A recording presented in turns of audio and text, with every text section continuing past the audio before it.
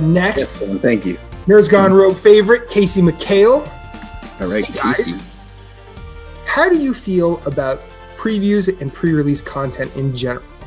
Do you feel some preview content does a disservice to some games because of day one patches and massive DLC drops that improve the game later down the line? This has always been a weird kind of, the preview of games, because so often I'm going to interrupt you, Phillips. Deshaun just asked, when y'all giving away Sekiro? We will announce that on next week's show. That will be announced live next week. But I didn't know it was live during the show. That's awesome. Yeah, next week we're announcing the winner live, and then the way to enter is at the beginning of the podcast. So, continue, Philip. Sorry to interrupt. Oh, no, it's okay. I was gonna say that like previews are tricky because so often it's not necessarily that they do a disservice to the game. I feel they often don't even accurately represent the product that we end up getting. I mean, I'm not saying that developers do this maliciously or whatnot, but you can look at games like, we were talking about Anthem or Division 1, or like there's all these Watch Dogs. There's all these games that had early previews and trailers and E3 showings, and those showings ended up being nothing. Like they ended up being much better looking than the game we got, right? Mm-hmm. Yeah. So, it's a weird thing. I actually like going back and looking at previews for games that are already out, so I can see kind of. It's just a weird interest I have. Like I'll read an old issue of PC Gamer or something, and it has a preview for a game, and I think that doing it is difficult because you have to get people interested in your upcoming title without showing too much. So sometimes they'll create content like a vertical slice just to show off, and it's I don't know if disservice is the right word. I mean, I think everybody would want to be super excited for a game and find that the previews were like that the game is way better than the previews, right? You know what I mean? So I think I don't know. I think showing previews for games, I think it's a lot harder than us, the kind of armchair critics, think. You know what I mean? To come up with this E3 segment that makes everyone excited for your game. I think Sony's done a really good job with it personally, coming up with vertical slices for their titles. But yeah, it's weird. Like I think some previews are completely off from what the actual product ends up being. And I don't know if that's on purpose or money becomes an issue, time. So the way I go about this is, and I think this is just how I've always looked at that. It's all a fucking sales pitch, man. Oh yeah, you go, you're in the market for a car. You go into a car lot. That salesperson is going to tell you everything they can to get you into that car that you're looking at. Yeah. Now, the minute you drive it off the lot, some shit's gonna happen. Is that salesperson's fault?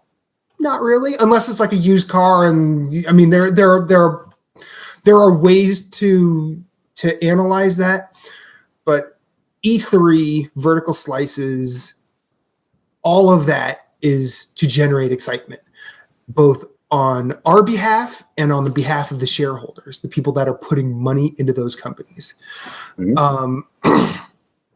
Now, where it gets bad is when, like, I feel like the Aliens Colonial Marines thing is the easy one to bring up nowadays. Yeah.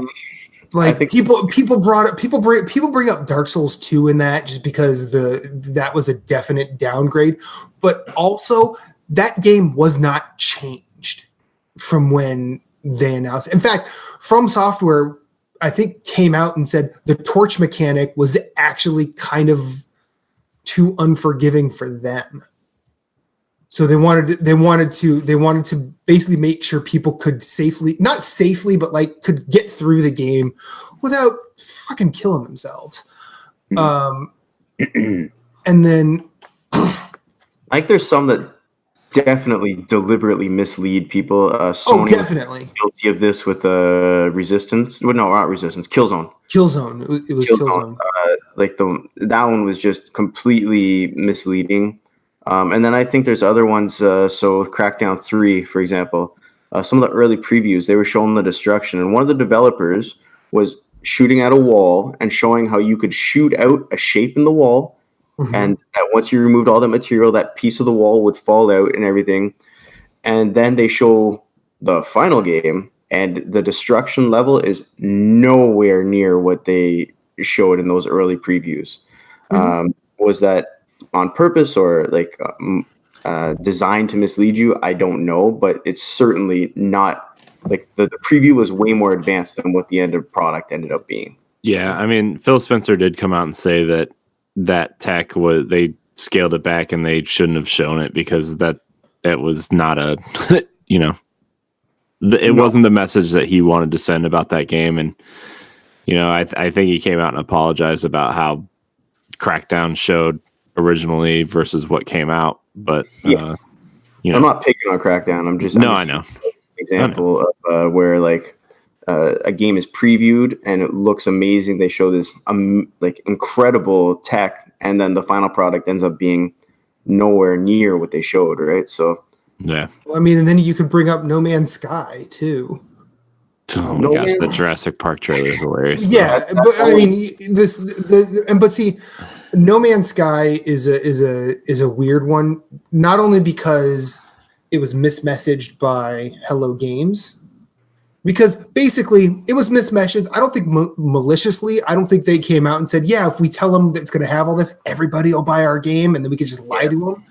I think all of the stuff that Sean Murray said was in the game, he wanted it, but then trying to make that happen in a reasonable time for a publisher didn't work. It didn't work out. Peter Molyneux is guilty of that as well. Yeah, he invented it. He's next. He's next. Like I feel like Peter Molyneux is the next evolution of the No Man's Sky thing. But also like, oh man, he distracted me. I got all. Oh, I'm sorry. No Man's Sky. No, I'm trying to remember what I was. But see, No Man's Sky also suffers from procedural generation. Yeah. And for people who don't pay attention to procedural generation, like I'm not even that far into it, but I actually pay attention to a lot of it. Like when you brought up RimWorld, that's one of the games I've looked at from afar with complete fascination because of the proc gen in it. Yeah. Same with like Dwarf Fortress or Ultima Ratio Regum. Like these are games that it's not like Spelunky where you're procedurally generating a 3x3 tile set of rooms.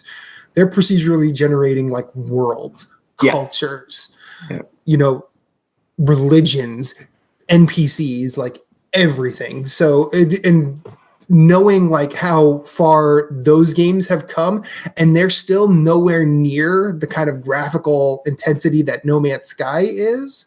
Because as far as I know, they're still pretty like 16-bitty at best. Yeah, I mean, when you're bringing up No Man's Sky, like if you were to look at what Sean Murray said was in the game versus what ended up being in the game at launch, I don't think he ever. Like he just seemed to me like he was always super excited about his game. Exactly. Here's what I want to put in. Here's what I want to put in, and then reality sets in. Oh, we have how much money? We have how much time? And they had to cut that. I don't think he ever really meant to like purposely mislead people. I understand why people felt that way because it was a huge list of stuff he promised was in that game or said was in that game that ended up not being there. And it's there now, but it wasn't at launch, right? So it's I mean, if my to answer kind of the question, I think the preview. The whole thing with previews is just really hard to do. I think some definitely do. Again, the question said disservice. Maybe, but I think as you were saying, like it's all about trying to sell people on this game, get those pre-orders going, right? So I think that's kind of hard to do in an era where you have 6,000 other games vying for your attention span and your dollars, right? Yeah. Yeah, and a lot of it is like I also think that we as gamers tend to get overexcited too. Oh and, yeah, and that is not limited to just gamers. That is, I mean, I don't know how many times, like when I was still like hardcore into movies, like, you know, people get overexcited for everything. Mm-hmm. Everything. Hype is very real. there's a lot of disappointed people when Chinese Democracy came out. Yeah. Yeah, they've been waiting. They've been waiting for a long time. Yeah. Unfortunately, Hopefully they drank their free Dr. Pepper.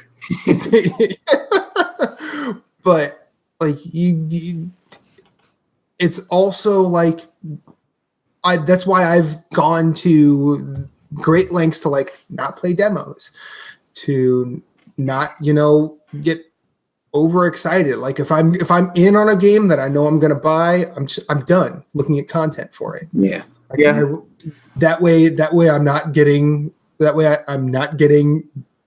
I can say this is why I want this game, and that's it because of what they've said. I'm like that with Days Gone, where I saw enough of the early showings, I decided to pre-order it. I don't want to see any of the other stuff because it's a story-based game. I don't want to know anything about it because, you know, a lot of times they'll show little things from the game that are kind of spoilery, but without context, you don't know it. Mm-hmm. And then when you're playing the game, you'll remember like, oh, that guy dies or whatever, right? And so I try to avoid looking at a lot of that stuff. I think we were talking a couple shows ago about how it's kind of fun to take a chance on a game. And, you know, sometimes it ends up being something you love. So Days Gone is an example of, I saw some previews. I have not checked out any previews since the first time it was shown at E3, where they showed it twice in the same show. Do you know what I mean?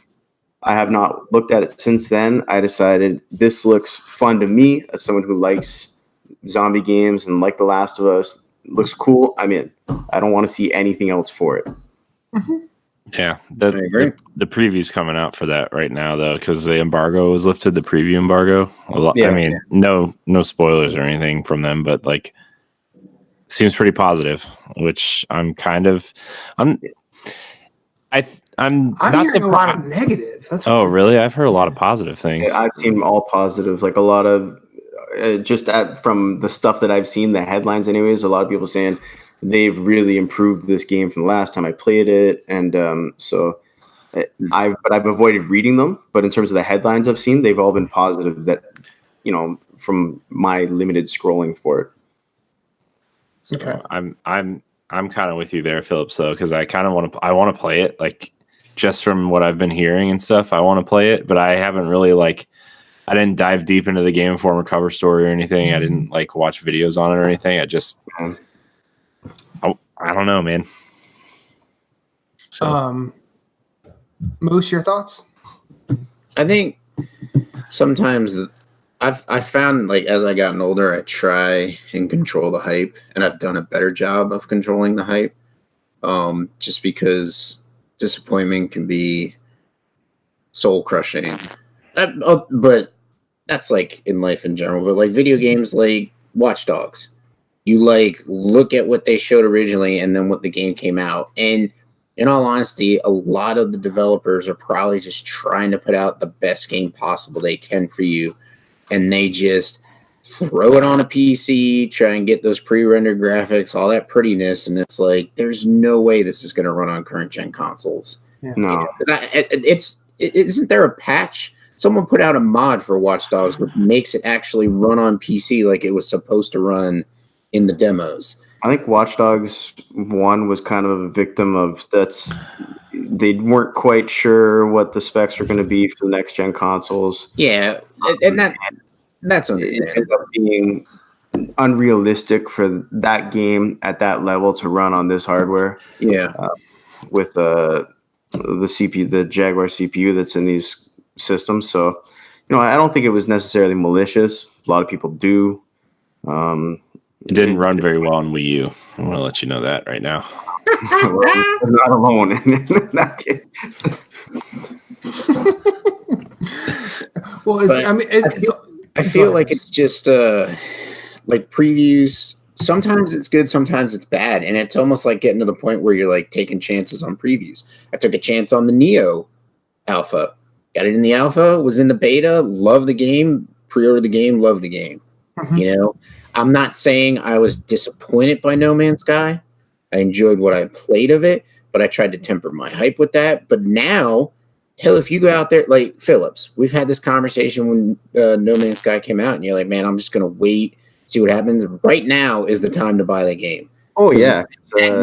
That next patch that they put out is basically what the game should have been. And it is amazing, and it's a blast. It's a blast to play. So you just gotta.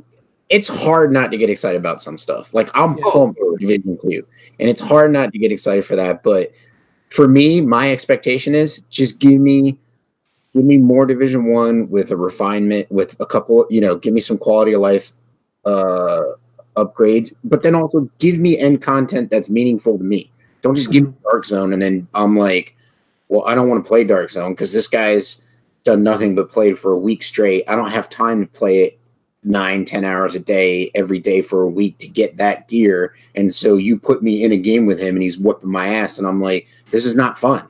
Like, this is why people leave the game. And so it's like, okay, give me a better end game. Let's have those raids. Let's have like stepped motions to like work towards stuff.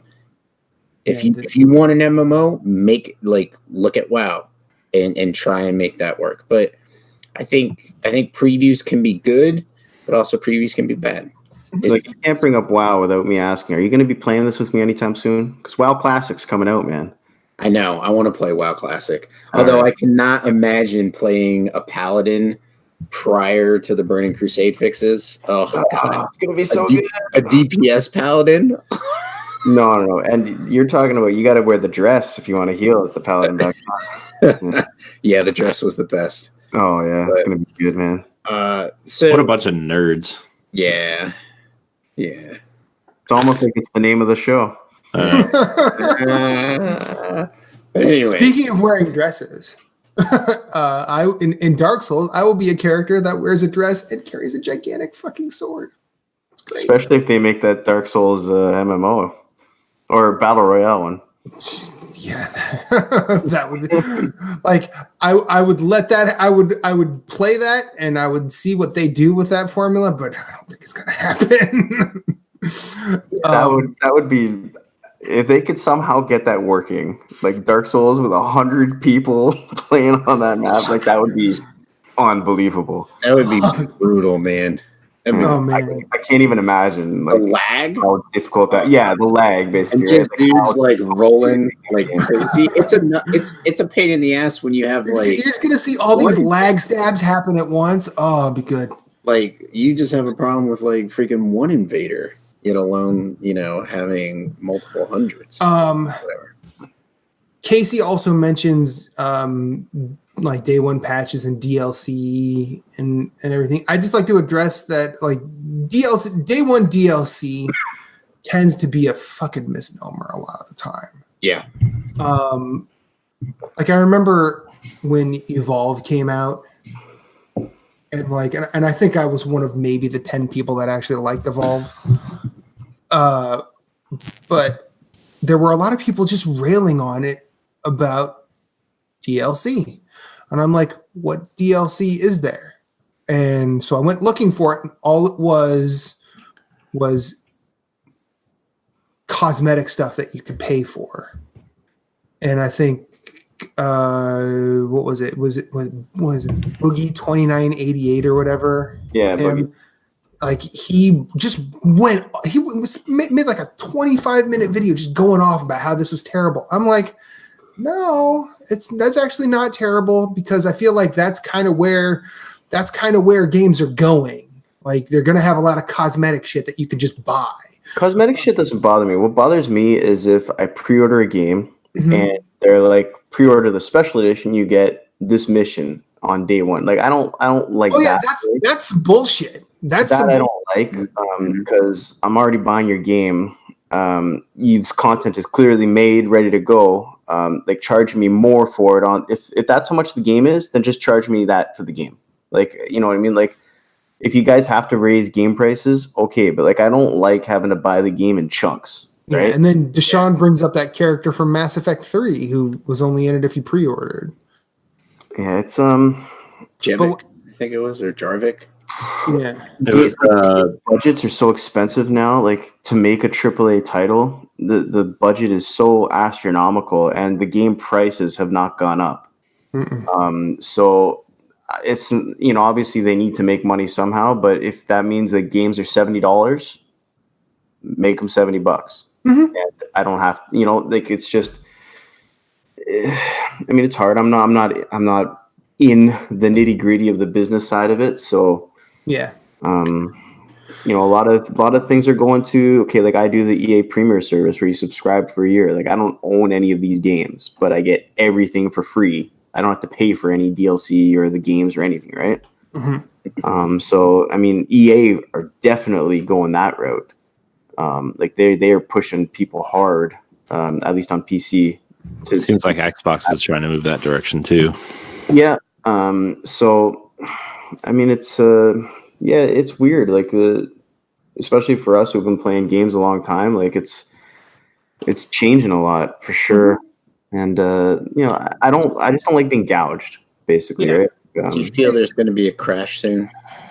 A crash? I don't think a crash. No, I mean the industry is evolving like so fast, and it's so hard to predict.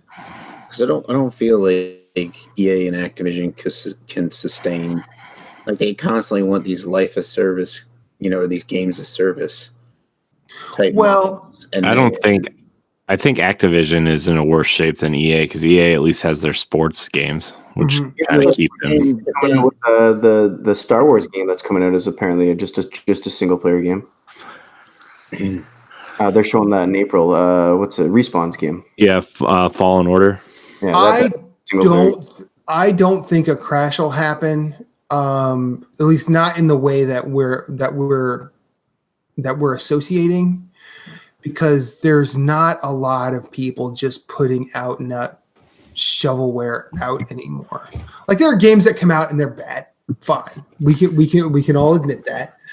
Yeah, but no one's going to put out a bad, like a deliberately shitty game. Actually, that's a bad statement because that happens too. But no one's going to I was going to say no one puts out a deliberately shitty game to make money, but then you look at your phone and you realize, oh yeah, iOS exists. But like the industry can certainly shift a lot. For example, Xbox is working on streaming. Google's working on streaming. We may come to a point where like you don't have to buy a console, right? Like you just you don't have to buy dedicated hardware. You can just play all your games on your phone or your TV.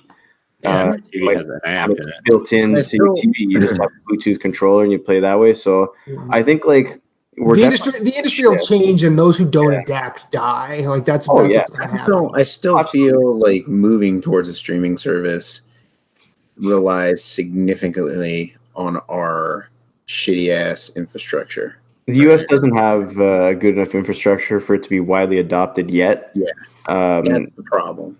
Yeah, I don't think streaming is going to hit this gen. It'll probably hit the following gen. Like this gen will be where Microsoft, the next one, I mean, is what I'd say, is when Microsoft will really start pushing for streaming. I would severely doubt it that Sony isn't already looking at trying to evolve and adapt PS Now into a better streaming service than what it is, giving you a little bit more bang for your buck, trying to improve that network. But I feel like if you're going to rely on the internet, it's just not going to work. Like I really don't think it's going to work. Not for everything, no. Like not for like a fast-paced shooter or something. Like at least on currently the way technology is now, you need to have that running locally on your system, whether it be a PC or a console. Yeah. Anyways. Yeah. No. I don't think we really answered that question. That's okay. Well, no, we did. We did. I A think little bit. We veered off, but that's okay. we It wouldn't be us. Welcome to the show, Captain Canada. We had our own conversation how long have you been around saying- the topic. I mean, the question was, do we think pre-release and preview content does a disservice? We answered that. The second part about DLC, we addressed it. I feel like we did all right. And if we didn't, Casey, let us know. As for Moose's question about crashes, who could say?